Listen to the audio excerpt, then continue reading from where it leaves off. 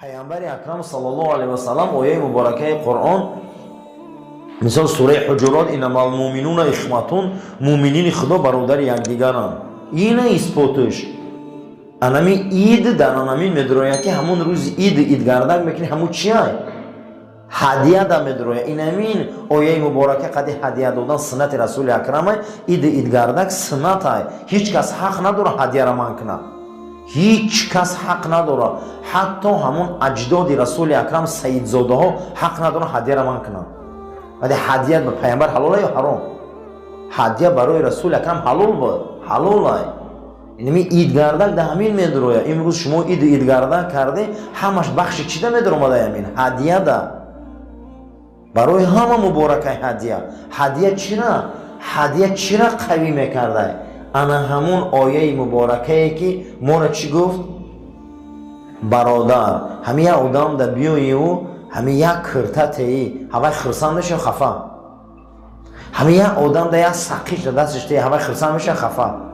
یک قندش چی دستش داره. اینم یک کوچه در رفته سیو برادر را میگی اینمی قندش شما چیکار کنی استفاده بری. حتی پیامبر اکرم در روز عید هم کرته نو میپوشیدن، هم خطبه نو میخوندن، هم تبریکات عید میکردن، هم دعا میدادن، هم میگفتن تکبیر گوی، هم کوچه ها در زیاد بروی. از همه نعمت بزرگ چیکار کنه؟ هدیه. یعنی هدیه کنه. نبیره هاشون هدیه دادن.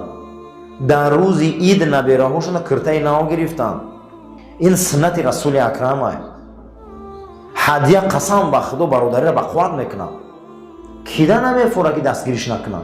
کیده نمیفوره توفهش نتیم. اینما المؤمنون اخوة معنیش همینه. بین برادری میگه اسلام. اینا بین که یکمش هدیه بده. دویمش چی بده؟ حسد نبره حسد. بخیلی نکنی بین یکدیگریتون. شکست یکدیگریتون نخره هیچ محل. کینه نگیری بین یکدیگریتون.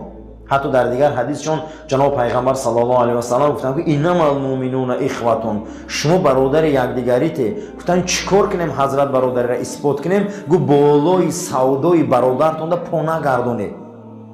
من یک برادر سودا کرده یک چیزا شما برادری گو مسلمان گو بالای سودای برادرش سودا نمیکنه. من یک برادر چه سودا کرده است مونی هوای سری مسئله بیاید یا همون مول دست کشه یا سودا شکنه. با شما سودا کنید. امروز مسلمان اگر بالای سودای مسلمان دا پا گردونه اینم گناه های. ببین که چقدر این مسلمانی برادری چقدر بقوت بوده. در دیگر حدیث گوهر باشن حضرت هفتم پونکت موندن که هر وقتا که انما المؤمنون اخوة گفتن مؤمنین خدا برادر یکدیگرند. گفتن چیکار کنیم؟ اولین چیزی که شما کنید گفتن چیکار کنید برادراتون خاطی؟ سلام کنید. سلام بلند. سلام نگوی که آدم گناهگار میشه. از سلام گوی. نام خدا در قرآن سلام اومده گه. از سلام اومده گه. اسم معرفه قطعی اومده گه. السلام علیکم. یکی انسان یکی تربیه داره سلام میگه میگذره میره. السلام علیکم و رحمت الله. السلام علیکم و رحمت الله. این هم در لفظ حدیث اومده. یکمین چیزی که در برادری را معلوم میکنه این چی بوده؟ سلام دادن. هشتمین پونکتی که بعد این اضافه کردین خصوصا فخر رازی و دیگر علما آوردین در همین بخش مومنین خدا برادری مومن برادری مومنای هدیه حسد نبره، شکست اردوش نکنه، کینه نگیره، صلح کنه، اصلاح کنه. هفتمش سلام. هشتمش چی بودن عزیزان؟ یعنی که مومنین خدا اگر بیمار شوند اونها را چیکار گیره؟ شما خبر گیره. مسلمان کسان شد خبر گیر. اخلا یک پیامش روی که یک کسی سلام روی که خوبه چی خیلی رفته خبر گیر. نهمش علما اثبات کرده که بدستیان اگر مسلمان از دنیا رفت چیکار کنی رفتن؟ جنازه ش خونه. جنازه مسلمان خونه. انامینه برادری. این خیلی نیست که فرض کفایه گوی یک قشلاق یک کس روی سری ما ساقط میشود. نه، این با حق برادری بده. پیامبر اکرم صلی الله علیه و سلم فرمودند که حق برادری انامین است که سلام دادن جواب ده، سلامش ده جواب بگیر، بیمار شد خبر گیر، جنازش از دنیا گذشت حتما جنازش شرکت کن. این همین برادری اسلامی بوده. خیلی گم نیست ما مسلمان و برادر یکدیگری میمون با چیکار کردن میگه دخش کردن گیر. انا پونکتو نبینین. یکی از آن همین اید و ایامی که ما میریم خبر میگیریم همین بخش چی در اومده؟ بخش هدیه در اومده. بخش هدیه که در آید سنت رسول اکرم ده. جناب پیغمبر صلی الله علیه و سلم فرمودند انما المؤمنون اخوة، مؤمنین خدا برادر یکدیگر هستند و برادریتون اثبات کنید. برادری را اثبات کردن در کارای. این ندای قرآنی انما المؤمنون اخوة، این ندای رسول اکرم صلی الله علیه و سلم انما المؤمنون اخوة، این مسلمانان مؤمنین خدا برادر یکدیگرند، یا مسلمان برادر مسلمان یا مؤمن برادر مؤمن. و جناب پیغمبر فرمودند که اثباتش کنید. اثبات کنید که شما چگونه مؤمنین. در حدیث گوهربارشان حضرت فرمودند که مؤمنین خدا برادر یکدیگرند. گفتن اثباتش کنید. گفتن چگونه اثبات کنیم حضرت؟ گفت به هدیه. یکم چی بدهیم برادر اثبات کردن؟ هدیه. یعنی شما گفت به هدیه یکدیگریتون اثبات کنید که شما چگونه برادرید. ما چگونه برادریم؟ یکم معلوم میشه که مؤمنین خدا به هدیه دادن مسلمانیشون آشکار میکردن. این همین جهان ما اید گردن میکنیم. یک تاش به چی بدهیم؟ به هدیه. ما خونه یکدیگر میریم هدیه میتیم، در کوچه میبینیم هدیه میتیم. باید این خصلت مسلمان باشه. هدیه این سنت رسول اکرم است.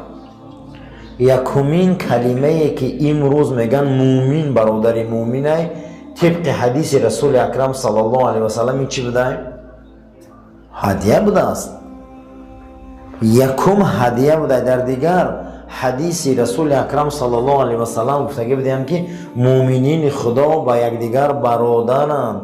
پیامبر فرمودن ولا تحاسدوا، ای مسلمانان، ای مؤمنین خدا، شما با یکدیگرتون هدیه که دادین، بعد از هدیه شما بین یکدیگریتون حسد نکنین. این دیگری از همین اثبات مسلمانی آمده که رسول اکرم صلی الله علیه و سلم فرمودند که شما چیکار نکنین؟ بس کنین بخیلی را بین یکدیگریتون. اثبات مسلمانی یک تاش مؤمنین خدا برادر یکدیگران حسد نکنین. چه خیلی مسلمانه که شما حسد میبره؟ چه خیلی مسلمانه که میگه شما حسد میبره؟ وقتی انما المؤمنون اخوة، شما برادر یکدیگرتون هدیت حسد نبره. ولا تحاسدوا، حسد نکنه بین یکدیگریتون. ولا تناجشوا، بین یکدیگریتون شکست یکدیگریتون آرزو نکنه. تناجش چی بوده؟ یعنی که شکست، یعنی شکست نکنید بین یکدیگریتون. چی خیلی تو آرزو میکنی که برادر رو در شکست زنه؟ این چه خیلی مسلمانیه. هدیت حسد نکنی، شکست نبری بین یکدیگریتون. ولا تباغضوا، بین یکدیگریتون کینه نگیره. نبین که چهارمش پیامبر اکرم گفته چی نکنی برادران؟ کینه نگیره شما. وقتی که مسلمان ها برادر یکدیگری بودین، طبق حدیث اکنون آیه مبارکه تفسیر میشده. انما المؤمنون اخوة، هدیت حسد نکنه، شکست نخوره، کینه نگیره. ولا تباغضوا، و کینه نگیره شما. بعد از این حضرت با فرمودن صلی الله علیه و سلم یک بین یکدیگریتون همیشه چیکار کنه؟ چیکار میکردیم ما؟ فاصلحوا بین اخویکم، شما بین اخویکم چیکار کنه؟ صلح کنه. آدم به جنگ نمیشه و به قهرگی نمیشه. بعضی انسان ها رفتارشون بزیبه، فعلشون بزیبه، تربیتشون بزیبه، لیکن شما از دروازه چی بیایی؟ صلح بیایی. شما خیلی بینین بخشین شد کمبوتیاش اصلاح کنین. یکم پنجمین пункте ки бародариро ба қувват мекард номи ӯ чӣ будай? Сулҳ. шашумиш яъне шумо якдигаритона чӣ кор кунед? Якдигаритона ислоҳ кунед. шумо ислоҳ кунед якдигаритона. бинед ки байни як калимаи муъмин бародари муъмина чанд маънӣ будай. ин пунктҳо зинда мешава бародаре. ин пунктҳо зинда нашава, ин шиор дар ҳамин девор кашол мемонад. меҳнат шараф айне ки пура ҷа тамбал. меҳнат шараф ҳама иҷода хали шиор ай. ислом дини шиор нест. мода чӣ дар кора шиор? дар девор кашол мекунему, дар тани як мактаб мезананд, дониш андарҷи дил чароғи равшан аст, лакин пури бесавода мактаб. мода чӣ дар кор? фақат шиор. чӣ дар кор мода? шиорбозӣ.